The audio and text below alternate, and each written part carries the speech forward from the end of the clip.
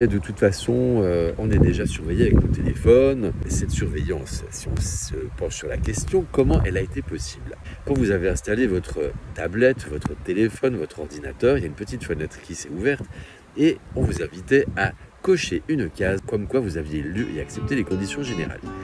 Que vous n'avez pas lu, mais vous avez pour autant coché cette case et cliqué ensuite sur OK. Les petits passages. Le consentement social, c'est le maître mot de la chaîne Les Petits Passages. Le consentement, c'est le message que je donne. Parce que si je ne suis pas d'accord avec quelque chose, j'ai beau penser non et dire non. Si j'agis oui, eh bien le message que je donne, c'est oui. Je vous donne un exemple. Si je suis au travail, que je ne suis pas satisfait des conditions de travail, je pense non, je ne suis pas d'accord, je rouspète dans ma tête.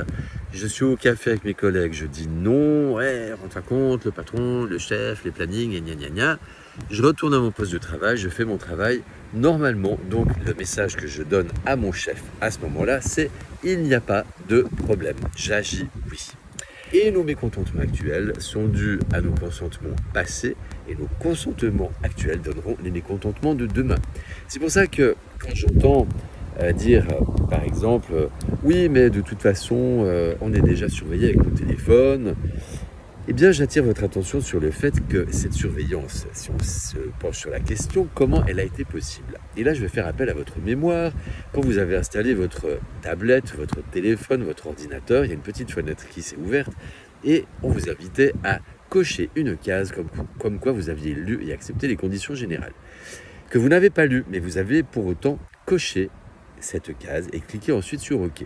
Je vous invite à lire une fois dans votre vie, je vous l'ai déjà dit et redit, et je vous le dirai encore, les conditions générales de n'importe lequel d'appareil ou d'application que vous y avez mis. Vous y verrez que tout est marqué, à quel point notre vie sera espionnée, nos données vendues et revendues, il n'y aurait plus jamais aucun scandale.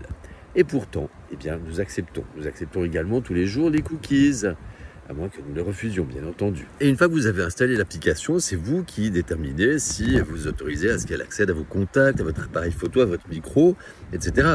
Plus vous ouvrez la porte, plus vous êtes surveillé, évidemment. Il ne faudra pas venir vous en plaindre. Parce qu'ils sont obligés de tout nous montrer et d'avoir notre consentement.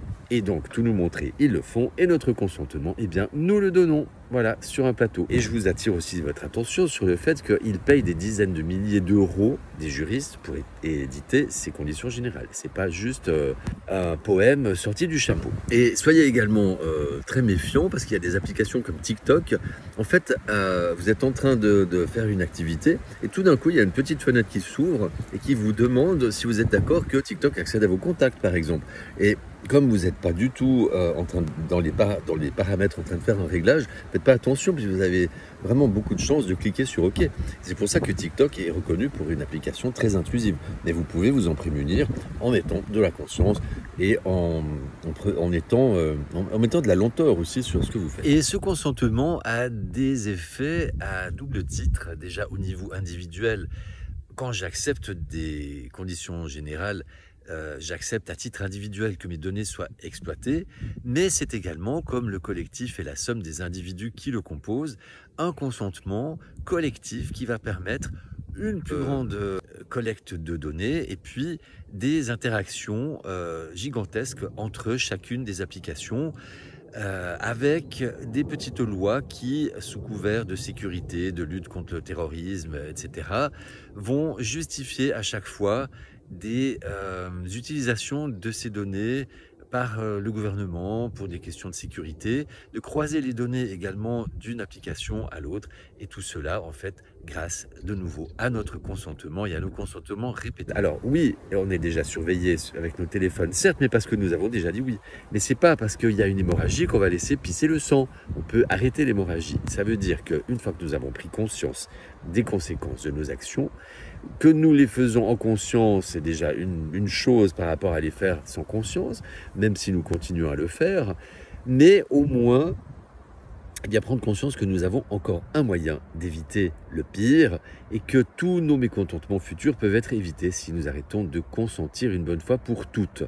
Donc, prenez bien acte que toutes vos actions ont des conséquences, comme je vous l'ai déjà dit dans plusieurs vidéos, je vous mets tous les liens en description, et que rien n'est dû au hasard, ni à la faute de l'autre en fait, c'est nous qui faisons nos choix.